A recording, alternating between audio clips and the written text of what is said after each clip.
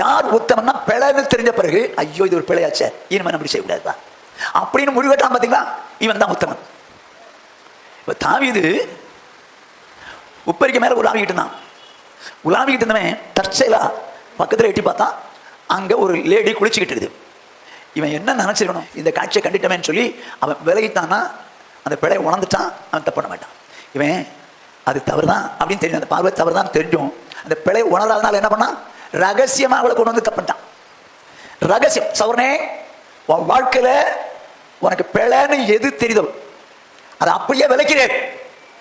அது நினைவுல பிழை வந்தாலும் சரி, பார்வையில பிழை வந்தாலும் சரி, பேச்சுல பிழை வந்தாலும் சரி, இம்மிடியேட்டா அதை இயேசு நாமத்தால விலை போ அப்படின்னு சொல்லி. இல்ல நீ ரகசியமா பாவம் செய்வ, நீ ரகசியமா பாவம் செய்வ. எனக்கு எத்தனை பேர் ரகசியமா பாவம் செய்ற? நீ ஏன் தெரியுமா, தேவன் உனக்கு அந்த பாவத்தை பிழைய நீ உணர தெரியல, அதனால ரகசியமா பாவம் செய்யற. அதுல ரொம்ப முத்திட்டீங்கன்னு வச்சுங்க, துணிஞ்சிருவீங்க. புருஷன் பார்த்தானே, எவன் பார்த்தானே, மனைவி பார்த்தானே அப்படின்னு சொல்லி. இந்த கால வேளையில் வந்திருக்கிற சவரனே, உன் பிழையை நீ உணர்ந்து வாழ்ந்தால் நீ தேவனுடைய பார்வையில் உத்தமன். நீ பிழையை உணர்ந்து வாழ்ந்தால் தேவனுடைய பார்வையில் உத்தமி.